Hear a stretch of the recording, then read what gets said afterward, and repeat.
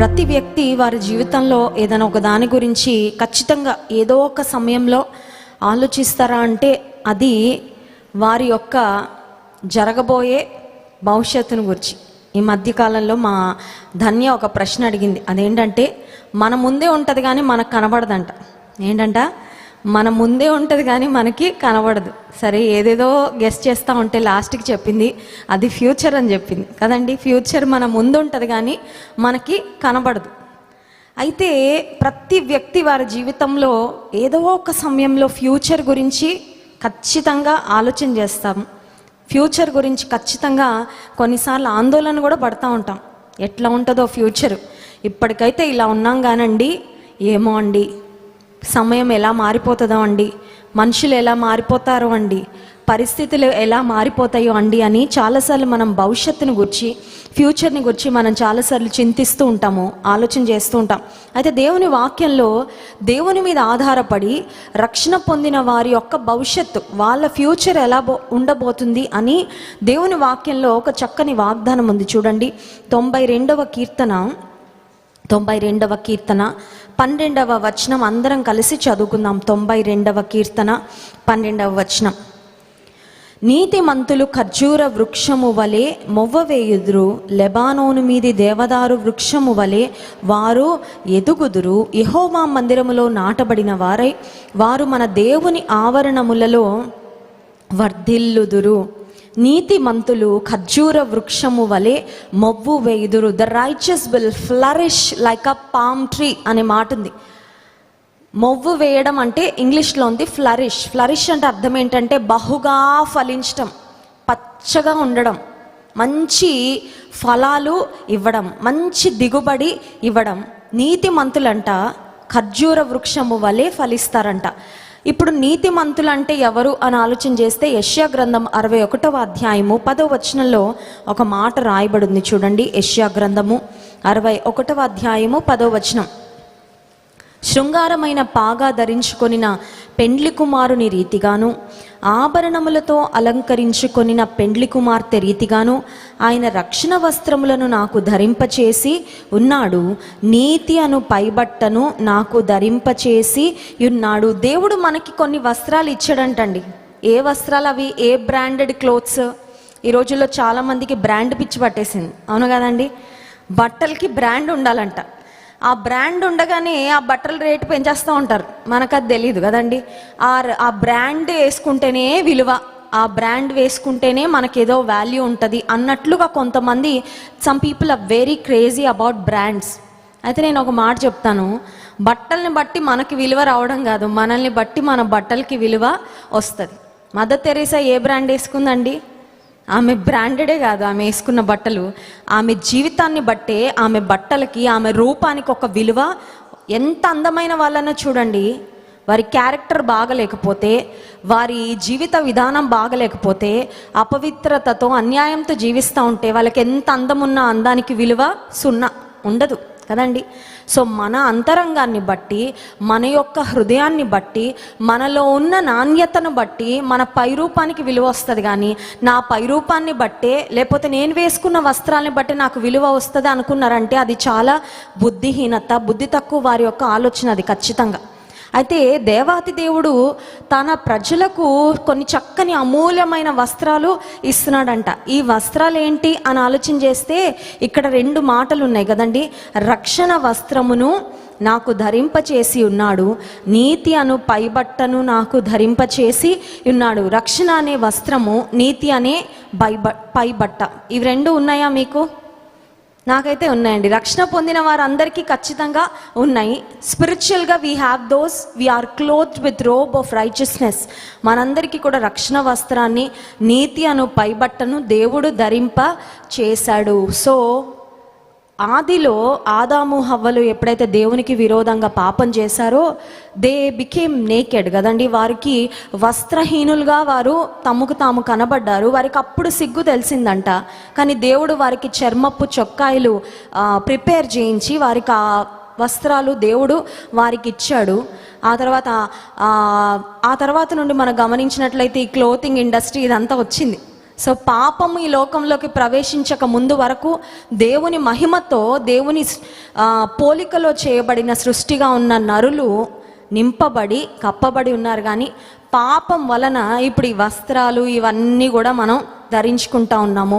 మన శరీరాన్ని ప్రొటెక్ట్ చేసుకోవడానికి వస్త్రాలు ధరించుకుంటున్నాం. అయితే రక్షణ పొందిన ప్రతి ఒక్కరికి దేవుడు రక్షణ వస్త్రాన్ని అనుగ్రహించారు, నీతి అను పైబట్టను దయచేశారు. సో ఈ నీతి అను పైబట్ట మనం కొనుక్కోలేదు. రక్షణ ఎవరైనా కొనుక్కున్నారండి? Have we bought it with any price? కొనుక్కోలేదు మనం, కానీ అది కొనబడిందే. రక్షణ వెల మనం చెల్లించలేదు, కానీ ప్రభు మన కొరకు వెల చెల్లించి ఇదిగో మీరు ఫ్రీగా తీసుకోండి అని ప్రభు ఇచ్చాడు. హల్లెలూయా. సో రక్షణ అనేది చాలా అమూల్యమైనది. రక్షణ అనేది వెలకట్టలేనిది. కానీ ఆ రక్షణ నీవు నేను పొందడానికి వెల యేసుక్రీస్తు ప్రభు వారు చెల్లించి మనకి ఉచితంగా రక్షణ వస్త్రాన్ని, నీతి అను పైబట్టను ధరింపచేశారు. సో ఇప్పుడు రక్షణ పొందిన వారి యొక్క భవిష్యత్ ఏంటి? How is my future going to be? మీకు ఎప్పుడైనా ఆలోచన వచ్చిందా? మీకు ఎప్పుడైనా కలవరం వచ్చిందా? అర్ధరాత్రి మెలకువ రాగానే అమ్మో 10 సంవత్సరాలు అయిన తర్వాత ఎలా ఉంటుందో నా బ్రతుకు కదండి, 20 సంవత్సరాలు పోయిన తర్వాత నా స్థితి ఎంత దయనీయంగా ఉంటుందో, నా భవిష్యత్తు ఎలా ఉంటుందో అనే ఆలోచన మీకు వచ్చినట్లయితే దేవుని వాక్యంలో ఒక భరోసా ఉంది. దేవుడిస్తున్న ఒక చక్కని శ్రేష్టమైన మాట ఉంది.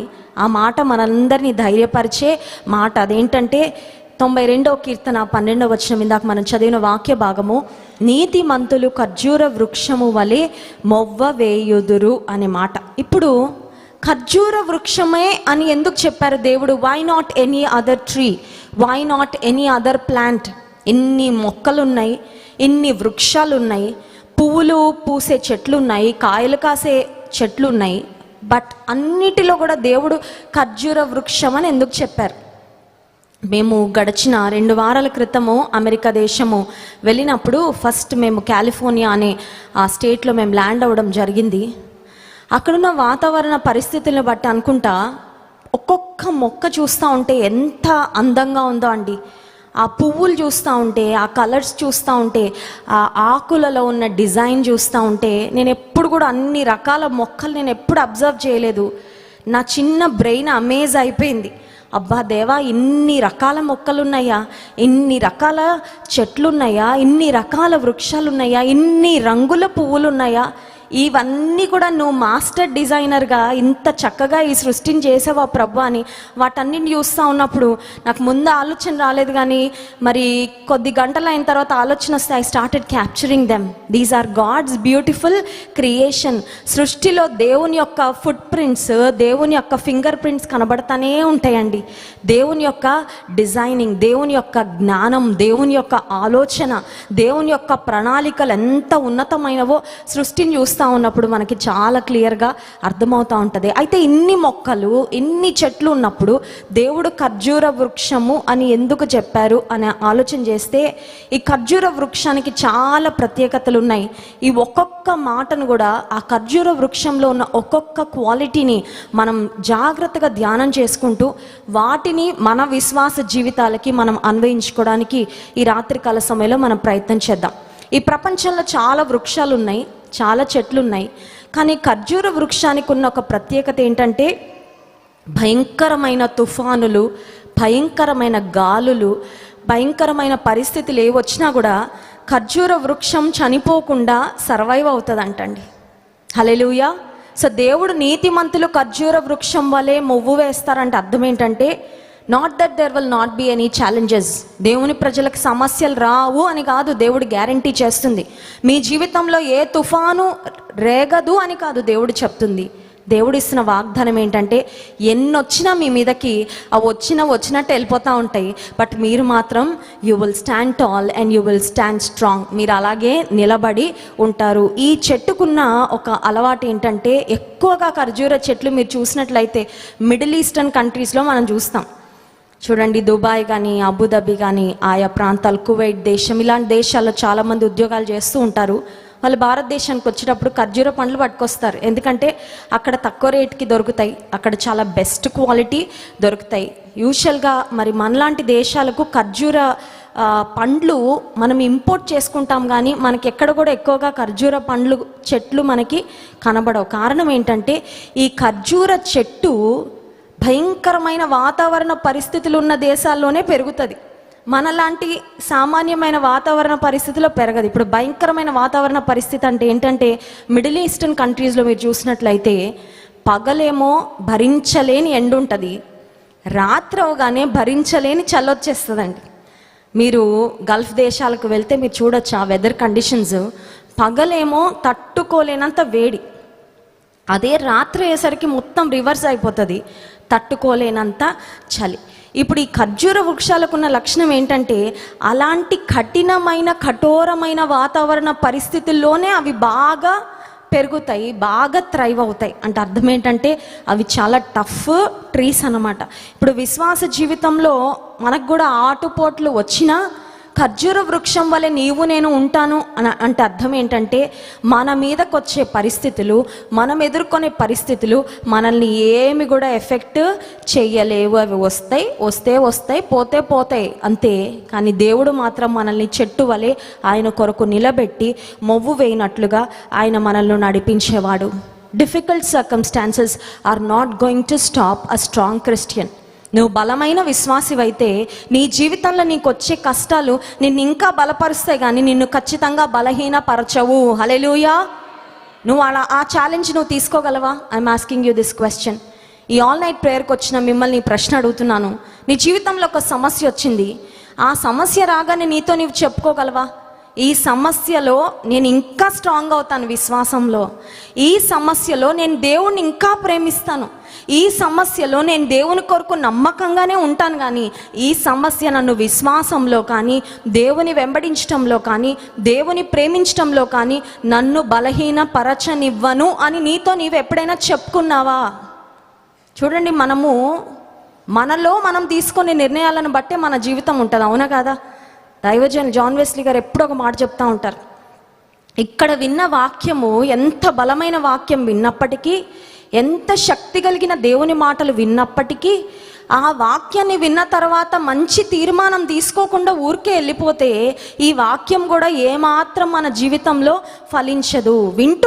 చాలా వింటున్నాం కరెక్టే, కానీ దాన్ని మన జీవితంలో తీసుకొని ఈ మాటను బట్టి, ఈ వాక్యాన్ని బట్టి నేను ఇలా ఉండాలి, ఇలా ఉంటాను ప్రభువా అని ఒక తీర్మానం తీసుకుంటే ఆ విన్న వాక్యాన్ని బట్టి మన జీవితాలలో ఆశీర్వాదం ఉంటుంది, ఫలింపు ఉంటుంది.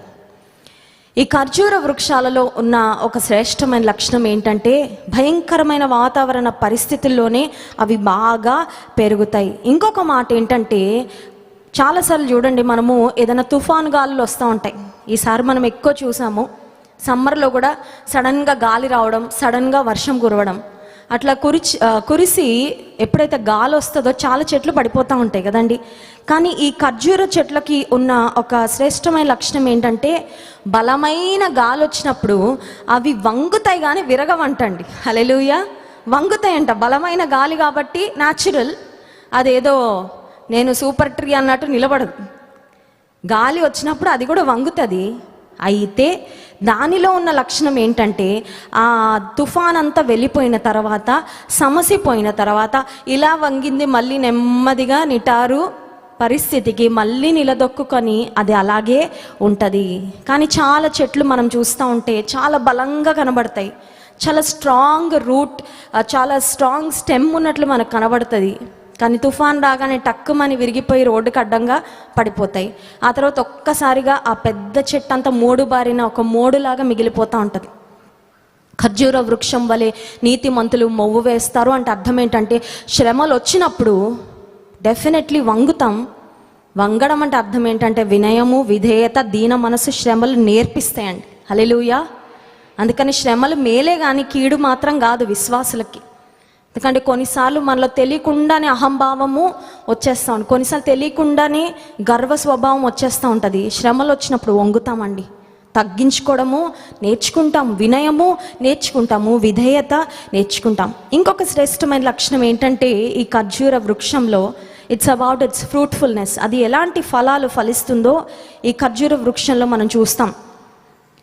8వ సంవత్సరం నుండి, అంటే అది భూమిలో నాటబడిన దగ్గర నుండి 8వ సంవత్సరం వరకు ఎలాంటి ఫలాలు ఉండవట. కానీ 8వ సంవత్సరం నుండి ఖర్జూర వృక్షము ఫలించడం ప్రారంభిస్తుంది. అది ఎంతకాలం వరకు ఫలిస్తుంది అంటే 100 ఏళ్ల వరకు ఫలాలు ఇస్తూనే ఉంటుందంటండి. హల్లెలూయా. అంటే దేవుని బిడ్డలకి ఎక్స్పైరీ డేట్, బ్రతికినంత కాలం దేవుని కొరకు ఫలిస్తానే ఉండాలని ఉంటామనే దేవుడు వాగ్దానం చేశాడు. నీతిమంతులు ఖర్జూర వృక్షము వలె. ఇప్పుడు ఇంటికి వెళ్ళాక అద్దం చూసుకొని ముడతలు వచ్చేసాయి, రిటైర్ అయిపోయాను కాబట్టి ఇంకా నేను ఏం చేయలేను దేవుని కొరకు అని ఎవ్వరు కూడా అనుకోవడానికి వీలే లేదు. Don't ever think that you are not useful for the kingdom of God. దేవుని కోసం పని చేయనండి, నేను ఇంట్లో ఎవరు నన్ను ఉపయోగకరమైన వ్యక్తిగా చూడట్లేదండి, శక్తి బలం ఉన్నప్పుడు అందరు నా మీద ఆధారపడే వాళ్ళు, కానీ ఇప్పుడు ఏమీ చేయలేకపోతున్నాను కాబట్టి ఎవరు నన్ను పట్టించుకోవట్లేదండి అని అనుకుంటున్నారేమో. మీరు కూడా దేవునికి కావాలి, మీరు కూడా దేవుని కొరకు వాడబడగలరు నిశ్చయంగా. ఒక సహోదరి, ఆమె దృష్టిని కోల్పోయింది. She was born blind. ఒక అందురాలిగా ఆమె పుట్టింది. అయితే ఆమె జీవితంలో పెరుగుతూ ఉండగా రక్షణ పొందిన తర్వాత ఒక ఆశ వచ్చిందంటండి. ఆశ ఏంటంటే సువార్త ప్రకటించాలి. ఇప్పుడు సువార్త ప్రకటించాలంటే ఆమె ఇంటింటికి వెళ్ళగలదా? వెళ్ళలేదు. ఆమె కనీసం ఒక స్కూల్కి వెళ్ళి కూడా చదువుకోలేదు, ఇంటికే పరిమితం అయిపోయింది తనకున్న ఆరోగ్య సమస్యను బట్టి, లిమిటేషన్ బట్టి. అయితే ఆమెకి దేవుడు ఒక ఆలోచన ఇచ్చాడంట. అదేంటంటే ఆమెకు ఒక పెంపుడు పిల్లి ఉండేదంటండి. పిల్లి ఉండేదంట. ఒకరోజు ఏం చేసిందంటే ఆ పెంపుడు పిల్లికి దాని మెడకి కరపత్రాలు కట్టి ఒక్కొక్క ఇంట్లో వదిలి రమ్మని దానికి ట్రైనింగ్ ఇచ్చిందంటండి ఆమె. పెంపుడు పిల్లి మెడకి కరపత్రాలు కట్టేసి దాన్ని ఒక్కొక్క ఇంటికి, మామూలుగా పిల్లిలు ఒక ఇంటి నుంచి ఇంకొక ఇంటికి తిరుగుతూనే ఉంటాయి. సో ఈ పిల్లిని దేవుని మెసెంజర్గా ఆమె ట్రైన్ అప్ చేసి దాన్ని వాడడము ప్రారంభిస్తే ఆమె చనిపోయే సమయానికి ఆమె పంపిన ఆ కరపత్రికల ద్వారా దాదాపు 300 మంది ప్రభు దగ్గరకు వచ్చారంట. Hallelujah. If a blind woman who had so many limitations could save some souls for the kingdom of God, why not you and I? ఒక అంధురాలిగా ఉన్న ఆమె, ఒక దివ్యాంగురాలే దేవుని కొరకు 300 ఆత్మలను సంపాదిస్తే అన్నీ ఉన్నాయి, బాగానే చక్కగా ఉన్నాయి. మనం దేవుడి కొరకు వాడబడలేమా? ఖచ్చితంగా దేవుని కొరకు వాడబడాలని దేవుడు కోరుకుంటున్నాడు. ఈ డేట్స్లో మనం గమనించినట్లయితే మేల్ డేట్ పామ్ అంటారు, ఫీమేల్ డేట్ పామ్ ఏమో ఒక గెలకి 1000 ఖర్జూరాలు ఇస్తుందంటండి. ఒక్క గెలకి ఎన్ని ఖర్జూరాలు అంటే అది మామూలు దిగుబడి కాదు, చాలా అధికమైన దిగుబడి. ఒక మేల్ డేట్ పామ్ ఏమో దాదాపు సంవత్సరానికి 600 పౌండ్ల డేట్స్ ఇస్తుందంట. అంటే ఒక్క మాటలో చెప్పాలంటే ఏ వ్యక్తి అయితే తన ఇంట్లో కానీ తన పొలంలో కానీ ఒక ఖర్జూర వృక్షాన్ని వేసుకుంటాడో అతనికి దాని వలన లాభమే తప్ప ఎటువంటి నష్టం కూడా ఉండదు. ఈ చెట్టు వేసుకున్నానండి, దీనివల్ల ఏ ఉపయోగం లేదని రిగ్రెట్ అయ్యే పరిస్థితి ఎప్పుడు కూడా ఆ చెట్టు తెప్పించదన్నమాట. యోహాను సువార్త 15వ అధ్యాయము 5వ వచనం చూడండి. యోహాను సువార్త 15వ అధ్యాయము 5వ వచనం. ద్రాక్షవల్లిని నేను, తీగలు మీరు. ఎవడు నా యందు నిలిచియుండునో నేను ఎవని యందు నిలిచియుందునో వాడు బహుగా ఫలించును. నాకు వేరుగా ఉండి మీరేమీ చేయలేరు. ఇక్కడ ఒక మాట ఉంది, బహుగా ఫలించును. He will bear much fruit. వ్యాపారం ప్రారంభించిన ఏ వ్యక్తి అయినా మీ ఆశ ఏంటంటే చాలా లాభం రావాలని కోరుకుంటున్నానండి అంటారు, అవునా కదా? ఇప్పుడు అకాడమిక్ ఇయర్ స్టార్ట్ అయింది, పిల్లలు స్కూల్కి వెళ్తున్నారు. నువ్వేం కోరుకుంటున్నావు ఈ అకాడమిక్ ఇయర్లో, నువ్వేం సాధించాలనుకుంటున్నావు అంటే చాలా మార్క్స్ వచ్చేసి హయ్యెస్ట్ క్లాస్లో నేనే ఉండాలని కోరుకుంటున్నాను, అవునా కదా అండి? ఈ లోక సంబంధంగా ప్రతి విషయంలో వి వాంట్ మోర్. యవనస్తులు ఉన్నారు, I want more fun, I want more entertainment, I want more enjoyment. ఈ జీవితాన్ని బాగా ఎంజాయ్ చేయాలి, బాగా ఆనందించాలి, బాగా సంతోషించాలని ప్రతి ఒక్కరు కూడా ఎక్కువ అధికమైన మోతాదులోనే మంచి వాటన్నిటిని పొందుకోవాలని కోరుకుంటుంటే, నిన్ను నన్ను సృజించి ఈ లోకంలో ఆయన నిర్మించిన దేవుడు, బ్రతికింపజేస్తున్న దేవుడు కూడా కోరుకుంటున్నాడు ఏమనంటే బహుగా ఫలించాలని. కానీ కొంతమంది పరిస్థితి ఏంటంటే ఇంకా ఫలించడమే స్టార్ట్ చేయలే, they've not even started to be fruitful.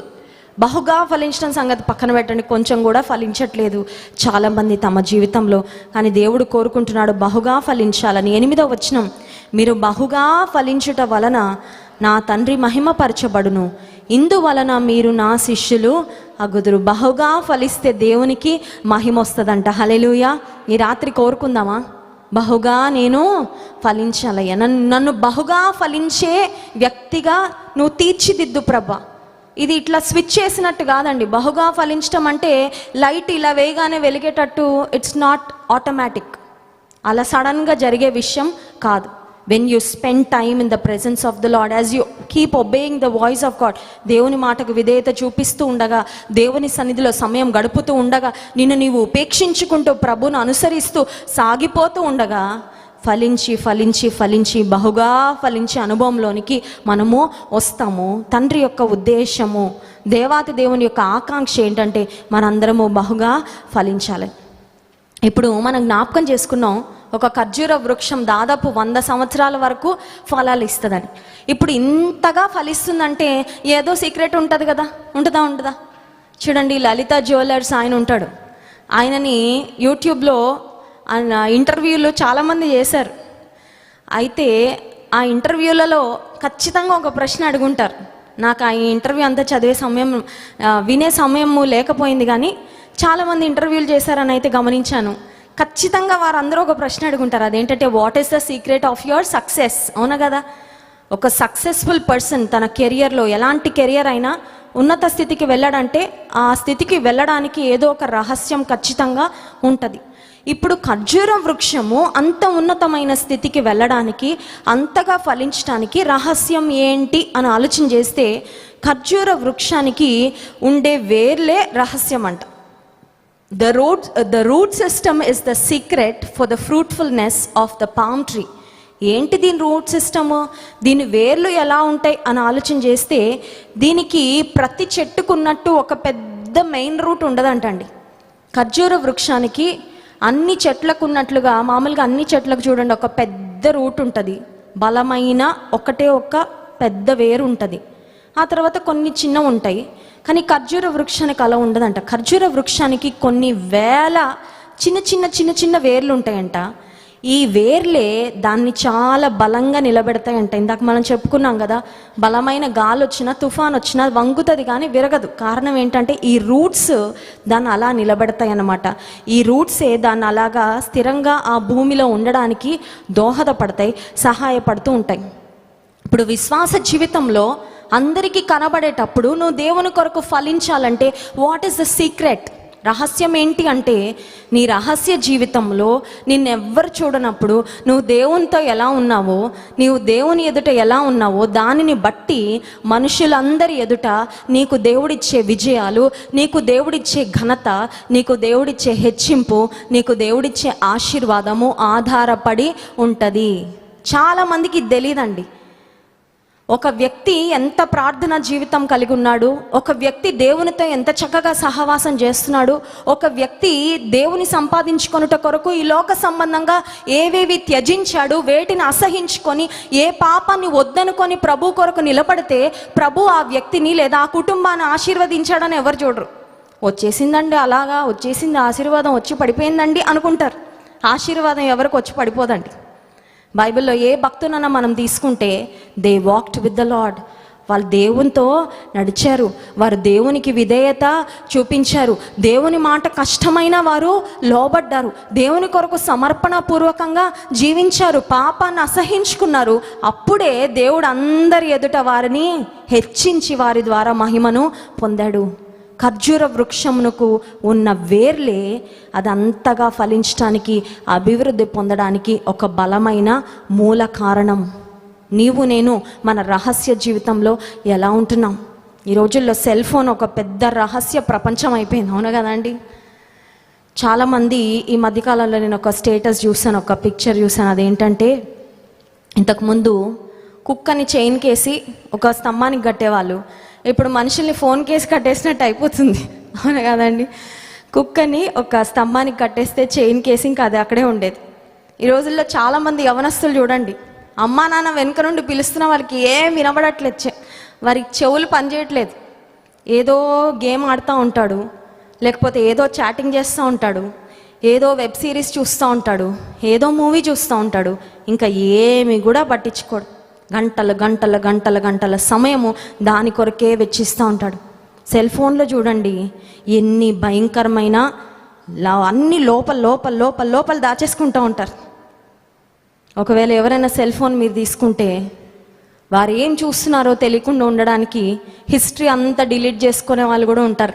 రోజు రాత్రి పడుకునేటప్పుడు పగలంతా ఏం వీడియోలు చూశారు, పగలంతా ఎన్ని భయంకరమైన దృశ్యాలు చూశారు, అవన్నీ మరి హిస్టరీ అని ఒకటి ఉంటుంది, చరిత్ర. ఆ చరిత్ర అంతా డిలీట్ చేసుకొని అమ్మయ్య అని పడుకునే వాళ్ళు ఉంటారేమో. నువ్వు నీ ఫోన్లో హిస్టరీ డిలీట్ చేసావు, కానీ దేవుని ముందు మాత్రం నీ హిస్టరీ నువ్వు ఎప్పటికీ డిలీట్ చేసుకోలేవు. అదంతా ఆయన దగ్గర రికార్డు మొత్తము ఉంది ఖచ్చితంగా. రహస్య జీవితంలో ఎవ్వరు చూడకుండా ఎన్ని పనులు చేస్తూ ఉంటారు ఎంతోమంది అండి. ఎన్ని కుటుంబాలు విచ్ఛిన్నం అయిపోతున్నాయి. రహస్యమైన సాంగత్యాలు, రహస్యమైన అక్రమ సంబంధాలు, రహస్యమైన పరిస్థితులు, ఎన్ని కుటుంబాలు విచ్ఛిన్నం అయిపోతున్నాయి, ఎన్ని భయంకరమైన సంఘటనలు జరుగుతూ ఉన్నాయి. కారణం ఏంటంటే ఈ రహస్య జీవితంలో ఎవరికీ తెలియదు. అమ్మ అనుకుంటుంది అంతా బాగానే ఉన్నాడు కదా, మా అమ్మాయి అంతా she is perfect. One fine day ఒక్కరోజు చూసేసరికి ఏదో జరిగిపోయి ఉంటుంది, జరగకూడని పరిస్థితి. ఏంటి అంటే రహస్య జీవితంలో ఎక్కడో పొరపాటు జరిగిపోయింది.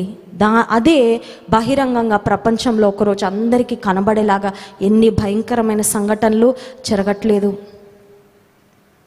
రహస్య జీవితంలో ఎవ్వరు చూడనప్పుడు ప్రభువుతో నమ్మకంగా నడిస్తే, నమ్మకంగా ఆయన మీద ఆధారపడితే, నమ్మకంగా ఆయనను ఆశ్రయిస్తే, ఆయన ఎదుట నిందారహితుడుగా నడుచుకుంటే, దేవుడు అబ్రహాంతో కూడా అదే చెప్పాడు, నా సన్నిధిలో నీవు నిందారహితుడవై నడుచుకో అని చెప్పాడు. దేవుడు అబ్రహాంకి పెద్ద ఆజ్ఞ ఇవ్వలేదండి. నిన్ను ప్రపంచానికే దీవెనకరంగా చేస్తాను, I will make you a blessing అనే ఆశీర్వాదం దేవుడు అబ్రహాముకి ఇవ్వక మునుపు ఒక ఆజ్ఞ కూడా ఇచ్చాడు. అదేంటంటే నా ఎదుట నువ్వు నిందారహితుడుగా నడుచుకోవాలయ్యా. మనుషులు చూస్తున్నారని కాదు అబ్రహాము, నా ఎదుట నడుచుకున్నాడు అబ్రహాము. అందుకే అందరి ఎదుట దేవుడు అబ్రహామును అంత ఉన్నతమైన స్థితికి హెచ్చించి ఆశీర్వదించాడు. ఖర్జూర వృక్షము దాని వేర్లే చాలా ప్రత్యేకమైనవి, ప్రధానమైనవి, అది ఫలభరితము అవడానికి. ఇక మరొక ప్రాముఖ్యమైన కారణం, ఖర్జూర పండ్లలో ఉండే ఒక చక్కని లాభం ఏంటంటే ఆరోగ్యానికి ఖర్జూర పండ్లు చాలా, ఖర్జూరాల్లో ఎలాంటి వాతం ఉండదండి. కొన్ని చూడండి ఫ్రూట్స్ మనం తీసుకుంటే కొన్నిసార్లు సైడ్ ఎఫెక్ట్లు కూడా అయిపోతూ ఉంటాయి. ఆ మధ్యలో ఒకసారి నా దగ్గరకు ఒక సిస్టర్ వచ్చి చెప్తున్నారు, పలానా జ్యూస్ తాగితే చాలా మంచిదని నాకు ఎవరో సలహా ఇచ్చారండి. ఆరోగ్యానికి మంచిదనగానే మంచిగా తాగేశాను. కొద్ది రోజులైక నా బాడీ మొత్తం నాకు ర్యాషెస్ వచ్చేసి నల్ల నల్ల మచ్చలు వచ్చేసి నేను చాలా ఇబ్బంది పడ్డానండి. అది కొంతమందికే పడుతుందంట, కొంతమందికి పడదంట. నాకు ఆ విషయం తెలియలేదు. కొన్ని ఫలాలు, కొన్ని మరి ఫ్రూట్స్, లేకపోతే కొన్ని వెజిటబుల్స్కి అట్లాంటి సైడ్ ఎఫెక్ట్స్ ఉంటాయేమో, కానీ ఖర్జూరాలు మనం తీసుకుంటే అందరికీ మంచిదే. అన్ని వయసుల వారు తీసుకోవచ్చు. ప్రాముఖ్యంగా రక్తహీనత ఎవరికైనా ఉంటే వాళ్ళు చక్కగా ఖర్జూరాలను తింటే హెచ్బి కూడా బాగా పెరుగుతుందని డాక్టర్స్ కూడా చెప్తూ ఉంటారు. ఇప్పుడు నీవు నేను ఖర్జూర వృక్షము వలె నీతిమంతులు మొవ్వు వేస్తారంటే అర్థం ఏంటంటే మనం ఎక్కడుంటే అక్కడ ఉపయోగమే, మనం ఎక్కడుంటే అక్కడ దీవెనే, మనం ఎక్కడుంటే అక్కడ ఇతరులకి మన వలన ఆశీర్వాదమే తప్ప మన వలన ఎవ్వరికి ఎలాంటి హాని జరగదని. హల్లెలూయా. దేవుని బిడ్డలంగా మనము ఉప్పు వలె ఉండాలని దేవుడు కోరుకుంటున్నాడు. You are the salt of this world. ఉప్పు నిస్సారం అయితే దేని వలన అది తిరిగి సారమగును. నిస్సారమైన ఉప్పులాగా కాదండి, సారవంతమైన ఉప్పులాగా మనం ఉండాలని దేవుడు కోరుకుంటున్నాడు. ఏ విధంగా అయితే ఖర్జూర ఫలాలు మనిషి యొక్క శరీరానికి, దేహానికి ఉపయోగకరమో, ఆరోగ్యకరమో, నీవు నేను కూడా ఎక్కడ ఉంటామో ఆ కుటుంబంలో లేదా మన ఉద్యోగ స్థలములో, మనమున్న ప్రాంతంలో, మన చుట్టూ ఉన్న వారికి మన వలన ఆశీర్వాదము కలగాలి. మన వలన ఒక్కరన్నా చెప్పగలగాలండి, ఈమె నాకు ఒక దీవెనకరంగా ఉంది, ఈ వ్యక్తి నా జీవితానికి ఒక ఆశీర్వాదం. ఎవరన్నా అట్లా చెప్పగలరా? పలానా వారిని బట్టి మేము దీవెన పొందామండి, కొంతమంది పరిస్థితి ఎలా ఉంటుందంటే, ఇతరులను బట్టి వాళ్ళు దీవెన పొందాలనుకుంటారు, కానీ వారు ఎవరికైనా దీవెనకరంగా ఉండాలని చాలాసార్లు ఆలోచన చేయరు. అర్థమవుతుందండి? ఇతరుల వలన నాకెట్లా ఉపయోగం వస్తుందని ఆలోచించుకుంటారు చాలామంది. ఇతరుల వలన నేను ఎట్లా దీవెన పొందాలి, okay, that's fine, but how about being a blessing? ఇతరులకు నేను ఎలా ఆశీర్వాదకరంగా ఉండగలను? How can I add value to someone else's life? How can I be a blessing? How can I contribute for the well being of others? ఇతరులకు ఉపయోగకరంగా, ఆశీర్వాదకరంగా నేను ఎలా ఉండగలను అనే ఆలోచన. నీతిమంతులు ఖర్జూర వృక్షము వలె మొవ్వు వేయుదురంటే ఆశీర్వాద భరితమైన జీవితం. మరొకటి, ఈ ఖర్జూరాలు ఎంత విలువైనవంటే, ఎంత చక్కని పోషక పదార్థాలు వాటిలో ఉన్నాయంటే, వాటిని దేశాలు దాటి మరీ పంపించి వాటిని కొనుక్కుంటూ ఉంటారు. అవునా కాదండి? పలానా దేశం నుండి వచ్చిన డేట్స్ అండి అంటే మనం బాగా కొనుక్కొని ఎక్కువ రేట్ అయినా తింటాం. ఎందుకంటే అవి నాణ్యమైనవైతే, అవి మన ఆరోగ్యానికి ఉపయోగకరమైనవైతే డబ్బైనా ఖర్చు పెట్టడానికి మనము వెనకాడము. ఇప్పుడు దేవుని ప్రజలు ఖర్జూర వృక్షం వలె మొవ్వు వేస్తారు అంటే అర్థం ఏంటంటే, నీ సాక్ష్యము, నీవు దేవుని యందు భయభక్తులు కలిగి జీవించిన నీ జీవితము, నీ యొక్క లైఫ్ యొక్క ఇన్ఫ్లుయెన్స్, నీ యొక్క ప్రభావము కొన్నిసార్లు నీ ఊరు దాటి, నీ రాష్ట్రం దాటి, కొన్నిసార్లు దేశం దాటి కూడా నీ జీవితము ఇతరులకు ఒక ఆశీర్వాదకరంగా, ఒక దీవెనకరంగా ఉంటుంది. హల్లెలూయా. ఎలా అయితే ఎక్కడో పండబడిన, ఎక్కడో ఎడారులలో పండిన ఖర్జూరాలు ఇక్కడ భారతదేశంలోకి మన ప్లేట్లోకి వచ్చి మన కడుపులోకి వెళ్ళి మనకు ఉపయోగాన్ని కలుగచేస్తున్నాయో, చరిత్రలో మనం చూసినట్లయితే దేవుని కొరకు తమ జీవితాలు అంకితం చేసుకొని దేవుని సువార్త ప్రకటించడానికి కంకణం కట్టుకొని కాంటినెంట్స్, ఖండాలు దాటి వెళ్ళి సువార్త ప్రకటించిన వాళ్ళు చనిపోయారండి. కానీ వారి వలన దేవుని వెలుగు ఖండాలు దాటింది. ఎక్కడో ఆఫ్రికా దేశానికి మిషనరీగా వెళ్ళిన డేవిడ్ లివింగ్స్టన్ గురించి ఈరోజు ఇక్కడ భారతదేశంలో, ఆసియా ఖండంలో ఉన్న మనం చెప్పుకొని స్ఫూర్తి పొందుతున్నాం. ఎందుకు అంటే వాళ్ళ ప్రభావము వాళ్ళున్న ఊరు కాదు, వాళ్ళున్న ఇల్లు కాదు, దేశాలు, ఖండాలు దాటింది ప్రభు కొరకు. హల్లెలూయా. మన ప్రభావం ఎంతవరకు ఉందండి? ఒక తల్లిగా ఉండి నీ పిల్లల్నే నువ్వు ఇన్ఫ్లుయెన్స్ చేయలేకపోతున్నావు, నీ పిల్లలకే నువ్వు మాదిరికరంగా ఉండలేకపోతున్నావు కొన్నిసార్లు. ఇక నీ సాక్ష్యం ఎక్కడెక్కడో వినబడే పరిస్థితి ఎక్కడుంది అసలు? ఇంటిలోనే సాక్ష్యాన్ని కాపాడుకోలేకపోతున్నామే, బయట సాక్షిగా ఎలా బ్రతకగలం? ప్రభు కొరకు ఇతరులను మనం ఎలా సంపాదించగలం? మొదట మన పరిచయం మన ఇంట్లోనే స్టార్ట్ అవ్వాలంటండి. తెలుసా ఎక్కడ స్టార్ట్ అవ్వాలి? కొంతమంది ఊరంతా చక్కబెడతారు, ఇల్లంతా దిబ్బలా ఉంటుంది, పాడు దిబ్బలా. తెలుసా అండి? ఊరంతా తుడుస్తూ ఉంటారు, ఊరంతా బాగు చేస్తూ ఉంటారు, ఇంట్లో మాత్రం ఏమీ బాగు చేసుకోరు. అంటే నేను క్లీనింగ్ గురించి చెప్పట్లేదు. ఇంటిలో ఉన్న వారిని ప్రభు కొరకు సంపాదించుకోకుండా నువ్వు ఊర్లో వెళ్ళి ఎంత సేవ చేసినా దానివల్ల ఉపయోగము ఉండదు. ముందు ఇంటిని చక్కబెట్టుకోవాలి, ముందు ఇంటిలో వారి రక్షణను గురించి బాధ్యత వహించాలి, ముందు ఇంటిలోని వారి కొరకు భారంగా ప్రార్థన చేయాలి. ఎందుకంటే నీ ఇంటి వారి కోసం నీకున్న భారము ఇంకెవరికైనా ఉంటుందండి? చెప్పండి. మన కుటుంబీకుల కొరకు మనకున్నంత భారం ఇంకెవరికైనా ఉంటుందా? ఉండదు. So start crying, start weeping, start praying for your family, for their salvation first. నేను అది చేశానండి, ఇది చేశానండి అని కొన్నిసార్లు సంతృప్తి పడతాం, కానీ మన సొంత ఇంటినే మనం రక్షణలోకి నడిపించుకోలేని పరిస్థితుల్లో ఉన్నామేమో. ఈ ఖర్జూర ఫలాలు దేశాలు దాటి, బార్డర్స్ దాటి చాలా దూరం వెళ్ళినట్లుగానే ప్రభు కొరకు మన జీవితాలు కూడా చాలామంది చెప్పుకోవాలండి. ఇప్పుడు చెప్పుకోవాలని జీవించాలని చెప్పట్లా, దేవునితో నడిస్తే నీ జీవితం గురించి నువ్వు ఎవరైనా చెప్పుకోవాలని నువ్వు అనుకున్నా అనుకోకపోయినా చెప్పుకుంటారు. ఎందుకంటే నీ జీవితము ప్రభువుతో నడిచే జీవితం కాబట్టి నీవు గమనించకుండానే చాలామంది నిన్ను నన్ను గమనిస్తూ ఉంటారు. కాబట్టి వారు మన జీవితాన్ని చూసి ఎన్నో నేర్చుకుంటారు, వాళ్ళు మనతో చెప్పినా చెప్పకపోయినా. చాలామంది నిన్ను చూసి అనుకరిస్తారు. When you follow the Lord with all your heart, పూర్ణ హృదయంతో నీవు దేవుని అనుసరిస్తే నిన్ను తెలియకుండానే చాలామంది ఫాలో అవుతారు, తెలుసా? అందుకే అపోస్తలుడైన పౌలు అంటాడు, నేను క్రీస్తును పోలి నడుచుకున్న ప్రకారము మీరు నన్ను పోలి నడుచుకోండి అని. అందరం ప్రభువును పోలి నడుచుకోవాలి, కానీ but sometimes we look for people who are an example. కొన్నిసార్లు మనము ఎవరైనా నా ఎదుట ఒక మాదిరి ఉంటే ఎంత బాగుండని కోరుకుంటాం, అవునా కాదా అండి? నేను చెప్పగలను, నా జీవితంలో నా తల్లి, ఆమె యొక్క జీవితం నన్ను ఎంతో ప్రభావితం చేసింది. అందుకే నేను అనుకునేదాన్ని, పెద్దయ్యాక ఒక్క బిడ్డని నాకు దేవుడు ఇచ్చిన, ఆ బిడ్డని నా తల్లి నన్ను పెంచినట్టు నేను పెంచాలని తీర్మానం తీసుకున్నాను. ఎందుకంటే that is the example she said for me. ఎవరినైనా మా తల్లి మాట్లాడుతుంటే ఫోన్లో నేను గమనిస్తూ ఉండేదాన్ని. మా మమ్మీకి కూడా తెలియదు అది. కష్టంలో ఉంటే వాళ్ళతో ఎలా మాట్లాడుతున్నారు, ఇబ్బందిలో ఉంటే వాళ్ళు ఎలా పరామర్శిస్తున్నారు, ఎలా ఆదరిస్తున్నారు, ఎలా ప్రేమిస్తున్నారు, అన్నీ గమనిస్తూ ఉండేదాన్ని. ఒక కుమార్తెగా నా చిన్న వయసులో నాకు తెలిసింది ఒకటే, మా మమ్మీని ఇమిటేట్ చేయడమే, తల్లిని అనుకరించడమే తెలుసు. అండ్ ఐ థాట్, నాకు ఒక కూతురు పుడితే మా మమ్మీ నన్ను పెంచినట్టు నేను పెంచుతాను. దేవుడు నమ్మి ముగ్గురిని ఇచ్చేశాడు, కానీ ముగ్గురిని ప్రభు కొరకు పెంచాలనేది ఒక్కటే నా ఆశ. దేవుడు నిన్ను నీ కుటుంబం కొరకు, నీ చుట్టూ ఉన్న వారి కొరకు ఒక ఆశీర్వాదకరంగా, ఒక పర్సన్ ఆఫ్ ఇన్ఫ్లుయెన్స్గా దేవుడు ఉంచాలి అని ఆశపడుతున్నాడండి. నేను రీసెంట్గా మేము కుటుంబంగా అమెరికా దేశం వెళ్ళినప్పుడు నాకు చాలా ప్రియమైన స్నేహితురాలు, ఆమె అమెరికన్, తన పేరు స్టేసీ. కుటుంబానికి నేను దూరంగా ఉన్నాను, తల్లిదండ్రులకు దూరంగా ఉన్నాను. అనుదినము నా తల్లికి ఫోన్ చేసి గంట సేపు మాట్లాడేదాన్ని. అక్కడ ఏం జరిగేవో ప్రతిదీ చెప్పేదాన్ని మా మమ్మీకి. దూరంగా, అన్ని వందల వేల మైళ్ళు దూరంగా ఉన్నప్పుడు తల్లిదండ్రికి మనం ఏం చెప్తే అదే నమ్ముతారు, అదే నమ్మాలి కూడా, ఎందుకంటే వారికి వేరే ఆప్షన్ ఉండదు. కానీ నేను అన్నీ చెప్పేదాన్ని అండి.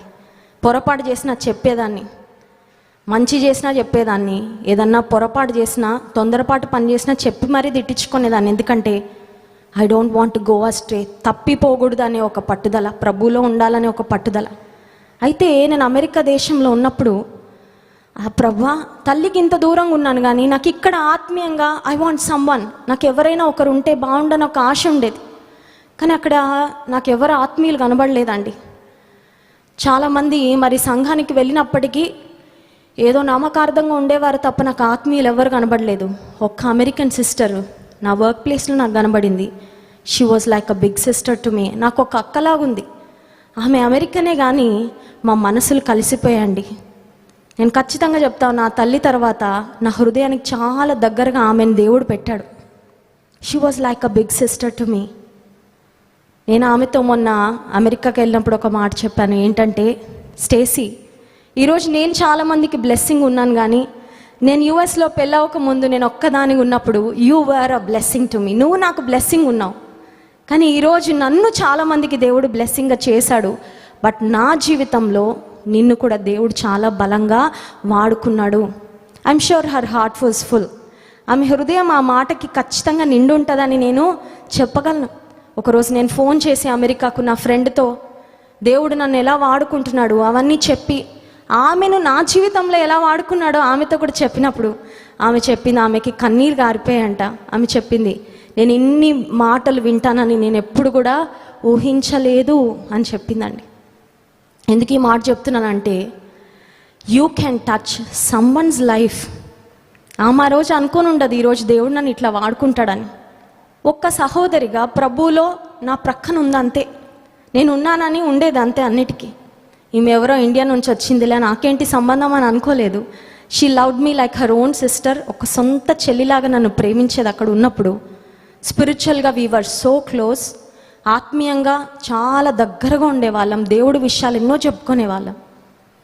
అయితే ఈరోజు ఆమె అక్కడ నాకు బ్లెస్సింగ్గా ఉన్నది, ఈరోజు నన్ను చాలామందికి దేవుడు బ్లెస్సింగ్గా పెట్టాడు. ఎందుకు ఈ మాట చెప్తున్నానంటే, నీవు ఒక్కరి జీవితాన్ని దేవుని కొరకు తాకినా వారు వెళ్ళి ఎంతమంది జీవితాలను తాకుతారో నీకు తెలీదు. You never know.